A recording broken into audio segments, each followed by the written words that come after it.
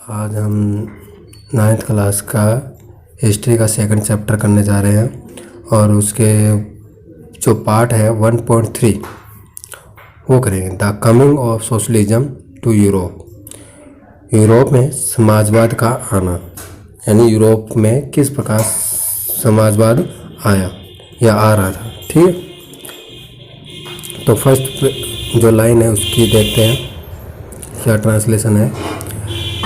समाज के पुनर्गठन या एक स्ट्रक्चर ढांचे में संभवतः सबसे दूरगामी जो दृष्टि या नज़र प्रदान करने वाली थी वो विचारधारा समाजवाद ही थी। ठीक है, उसके बाद यानी समाज को एकजुट एक कड़ी में एक नया समाज बनाने की जो प्रक्रिया थी, जो लोगों को एक दूर नज़र से दिखाई दे रही थी, जो मूल कारण था समाज को एकत्रित या संगठित करने का, वो कौन सी विचारधारा थी? समाजवाद विचारधारा। उसके बाद देखें 19वीं सदी में 19th सेंचुरी में के मध्य तक यूरोप में समाजवाद है वो एक जाना पहचाना क्या होगा, वेल नोन, यानी जाना माना या जाना पहचाना विचार बन गया या विचार था। उसकी तरफ बहुत सारे लोग ध्यान आकर्षित कर रहे थे या लोग आकर्षित होते जा रहे थे और क्या जुड़ते जा रहे थे। ठीक है, सेकंड पैराग्राफ में देखते हैं।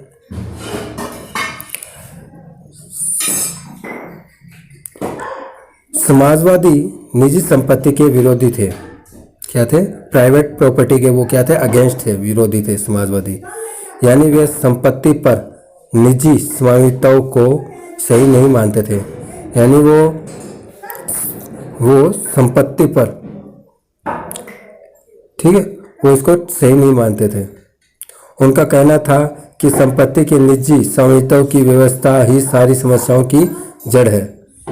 ठीक है, वो कहते थे, वो ऐसा मानते थे कि जो संपत्ति के निजीकरण का होना ही, ठीक है, और सारी समस्याओं का सामाजिक जो इल्स है या इविल्स है, बुराइयां हैं, कुरीतियां हैं या समस्याएं हैं, उन सभी की जड़ है। ठीक है, फिर बोल रहे हैं आगे देखें, तो वे ऐसा क्यों मानते थे या ऐसा क्यों है? ठीक है, ऐसा क्यों है तो आगे देखते हैं। बात देखें तो उनका तर्क था या उनका मानना था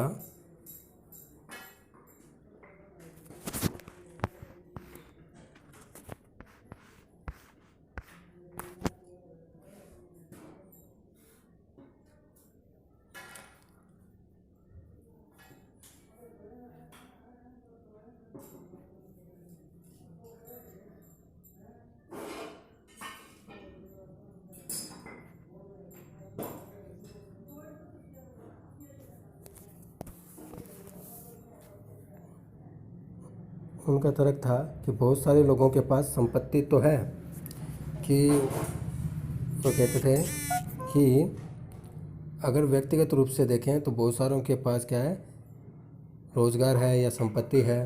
ठीक है, और जो कि वो जिनके पास संपत्ति तो है, जिनसे दूसरों को क्या है, रोज़गार भी मिलता है या वो प्रोवाइड करवाते थे। बट लेकिन समस्या यह है कि संपत्तिधारी व्यक्ति को सिर्फ अपने फ़ायदे से ही मतलब रहता था।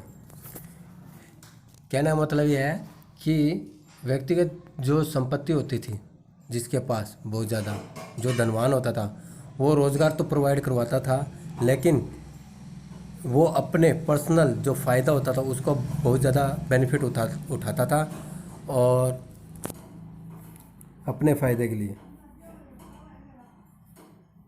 और वह उनके बारे में नहीं सोचता था।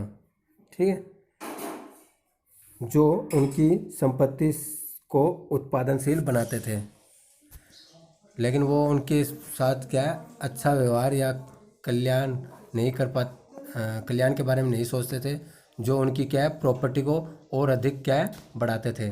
ठीक है, उत्पादनशील कर संपत्ति को क्या है और अधिक उन बढ़ोतरी करते थे उनकी। उसके बाद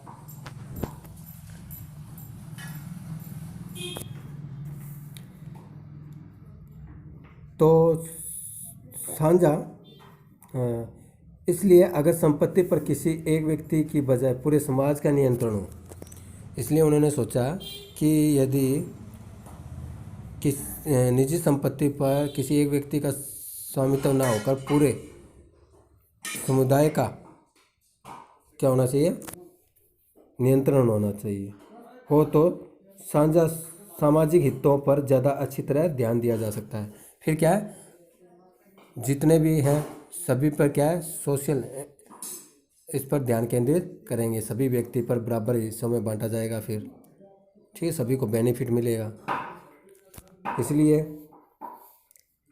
और समाजवादी इस तरह का बदलाव चाहते थे, वो चाहते थे इस तरह का बदलाव आए, इसके लिए उन्होंने बड़े पैमाने पर अभियान भी चलाया। ठीक है, फिर आगे देखें। कोई समाज संपत्ति के बिना कैसे चल सकता है, कि कोई समाज संपत्ति के बगैर कैसे चल सकता है, और समाजवादी समाज का आधार क्या होगा, यानी समाजवादी जो समाज बन रहा है उसका आधार कैसा होगा, यानी किस प्रकार ठीक है किस प्रकार तय होगा। नेक्स्ट देखते हैं।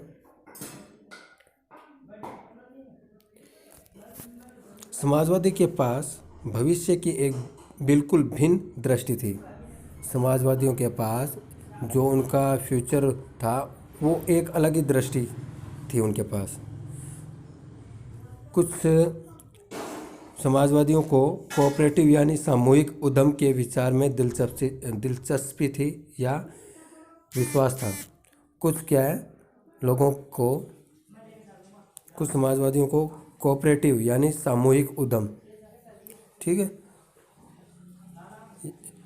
के विचार में विश्वास था। रॉबर्ट ओवन थे, इंग्लैंड के जाने माने उद्योगपति थे वो, रॉबर्ट ओवन।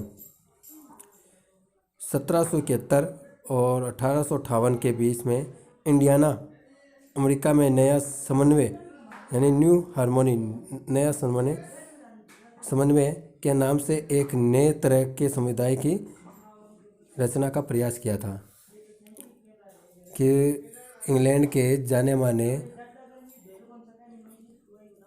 उद्योगपति रॉबर्ट ओवन थे, जो 1771 से 1858 के बीच में उन्होंने एक कोऑपरेटिव कम्युनिटी यानी एक सामूहिक समन्वय, ठीक है, एक नए समुदाय का क्या है निर्माण किया, न्यू हार्मनी नाम से, इंडियाना यूएसए के इंडियाना में। ठीक है, और कुछ समाजवादी मानते थे या महसूस करते थे कि केवल व्यक्तिगत पहलकदमी से बहुत बड़े सामूहिक क्षेत्र नहीं बनाए जा सकते। उनका मानना था कि व्यक्तिगत रूप से, ठीक है, व्यक्तिगत रूप से शुरुआती यानी शुरू करने से बहुत बड़े सामूहिक खेत को या सामूहिक खेत नहीं बनाए जा सकते। ठीक है, या इस प्रकार का क्या है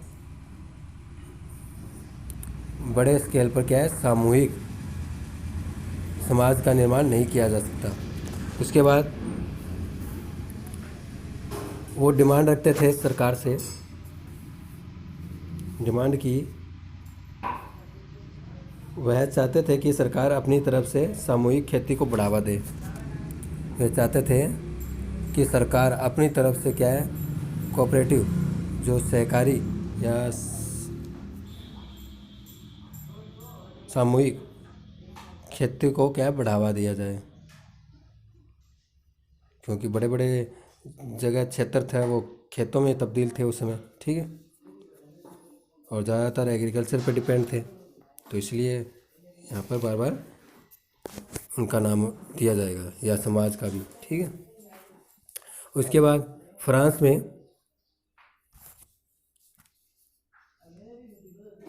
उदाहरण के लिए देखें तो फ्रांस में लुई ब्लॉक, कौन थे? लुई ब्लॉक, जो 1813 से लेकर 1882 चाहते थे कि सरकार पूंजीवादी उद्यमों की जगह सामूहिक उद्यमों को बढ़ावा दे। यानी फ्रांस में लुईस ब्लॉक चाहते थे कि सरकार बल्कि इनकरेज द कोऑपरेटिव, सामूहिक जो उद्यम है या खेत है उन पर, उद्योग धंधे हैं उन पर ध्यान दिया जाए, किसकी बजाय व्यक्तिगत जो उद्यम है या, ठीक है, पूंजीवादी उद्यम है, ठीक है, उनके बजाय सामूहिक उद्यमों या काम धंधों या उद्योग धंधों पर ध्यान दिया जाए। फिर उसके बाद कोऑपरेटिव ऐसे लोगों की समूह थे, कोऑपरेटिव थे वो ऐसे लोगों का संगठन था या समूह थे जो मिलकर चीज़ें बनाते थे, जो मिलकर एक साथ क्या है चीज़ों को बनाते थे, निर्माण करते थे, और मुनाफे को प्रत्येक सदस्य में द्वारा किए गए काम के हिसाब के आपस में बांट लेते थे, ठीक है। जो कोऑपरेटिव ऐसे लोगों के समूह थे या संगठन था जो मिलकर चीज़ें बनाते थे और मुनाफे को प्रत्येक सदस्य द्वारा किए गए काम के हिसाब से आपस में बांट लेते थे। उसके बाद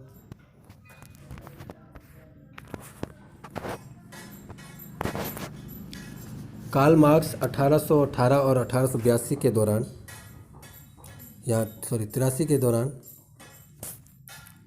कार्ल मार्क्स 1818 और 1883 के दौरान, और फ्रेडरिक एंजल्स थे वो 1820 से लेकर 1895 ने इस दिशा में कई नए तर्क या विचार पेश किए, ठीक है। इस संदर्भ में क्या किए, नए नए विचार प्रस्तुत किए, अपने आइडियाज़, ठीक है। उसके बाद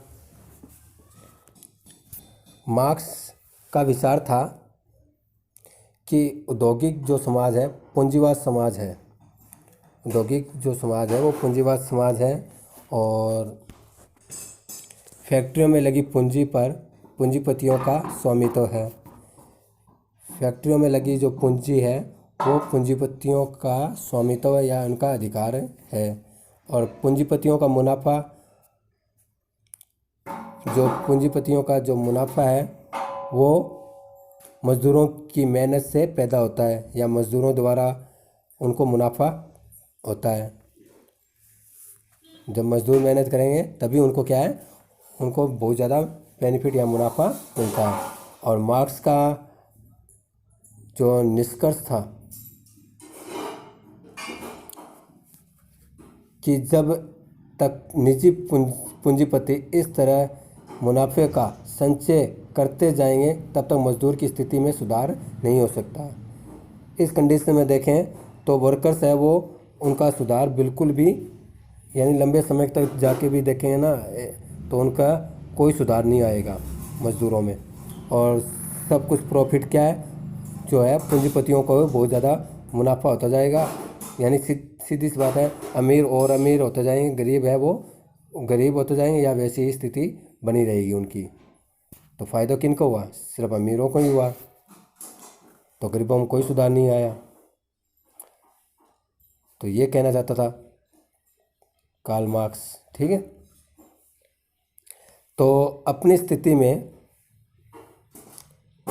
वर्कर्स अपनी स्थिति में सुधार लाने के लिए मजदूरों को पूंजीवाद व निजी संपत्ति पर आधारित शासन को उखाड़ फेंकना होगा। यदि मजदूरों को अपनी स्थिति में चेंज बदलाव लाना है तो इन कैपिटलिज्म यानी जो उद्योगपति है या पूंजीवाद है वह निजी संपत्ति पर आधारित शासन को क्या है उखाड़ फेंकना होगा, यानी ओवरथ्रो, यानी ख़त्म करना होगा। मार्क्स का विश्वास था कि खुद को पूंजीवादी शोषण से मुक्त कराने के लिए मजदूरों को एक अत्यंत भिन्न किस्म का समाज बनना होगा या बनाना होगा। कार्ल मार्क्स को विश्वास था कि यदि इन पूंजीवादियों से स्वयं को यदि फ्री मुक्त करवाना है इनके शोषण से, ठीक है, तो इनको क्या करना होगा, इनको क्या है, इनको एक परिवर्तनवादी समाज का क्या है, निर्माण करना होगा, ठीक है, जिसका क्या है, अलग से मजदूर का एक परिवर्तनवादी समाज का निर्माण करना होगा या बनना होगा, जिससे सारी संपत्ति पर पूरे समाज का यानी सामाजिक नियंत्रण का स्वामित्व होगा। उसके बाद पूरे प्रॉपर्टी पर पूरे समाज का ही कंट्रोल या नियंत्रण होगा। उसके बाद देखें,